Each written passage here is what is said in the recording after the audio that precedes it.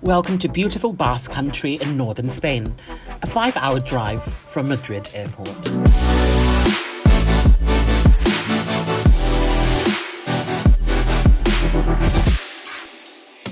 After taking in the sea spray and magnificent waves in Mendaka, we head to Bermeo, in the province of Biscay.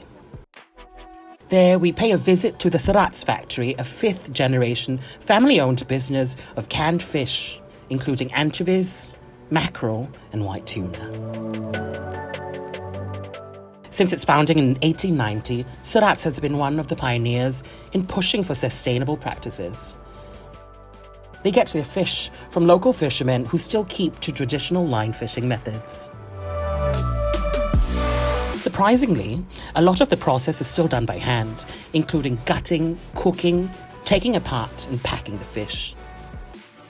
Director Ignacio Serrats tells us that it's important to keep staff morale and spirits up. We then pop by Canota in Galicia, another 7-hour drive from Biscay, to visit the Stolt Turbot Onshore Fishery. The flatfish are bred in temperature-controlled tanks and fed a customized feed varying from zooplankton to pellets. We weren't allowed to record in the R&D facility, but we managed to get on video how the juvenile turbots are vaccinated by hand. In our next stop, Salamanca City in northwest Spain. The night we arrived, we're treated to a dinner by Chef Jose Manuel Pascua, chef owner of Bamboo Restaurant, and hosted by Ibericos Torreon. Now, the main star of the dinner is Iberian pork, done in multiple ways. Presa Iberica, a shoulder steak from the Iberian pig, was given a Korean marinade, then finished on the grill. In the morning, we tour the Ibericos Torreon factory. The pig carcass is divided into parts, including whole legs that are used for jamón. The legs are then cured in a room of sea salt crystals before they're washed and dried. Prior to leaving them in to cure naturally, pork lard is also used to plug any holes in the meat to prevent insects and bacteria from getting in.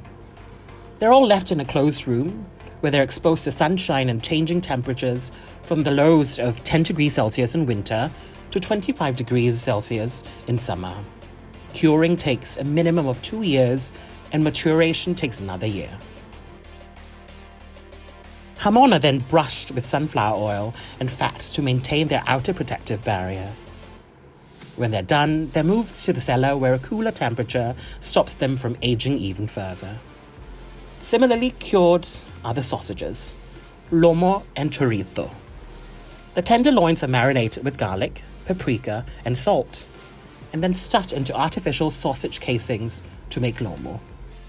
The sausages are put in temperature-controlled rooms to age instead of the normal rooms that the jamón is left in.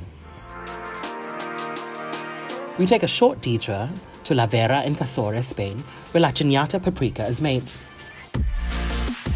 The Oliva family has been smoking pimenton peppers in oak since 1975. Now helmed by Cecilio Oliva, his 2 sons also help with the business. His older son Javier brings us on a tour around the factory where we see how the pepper varieties are sorted, cleaned with air, and milled.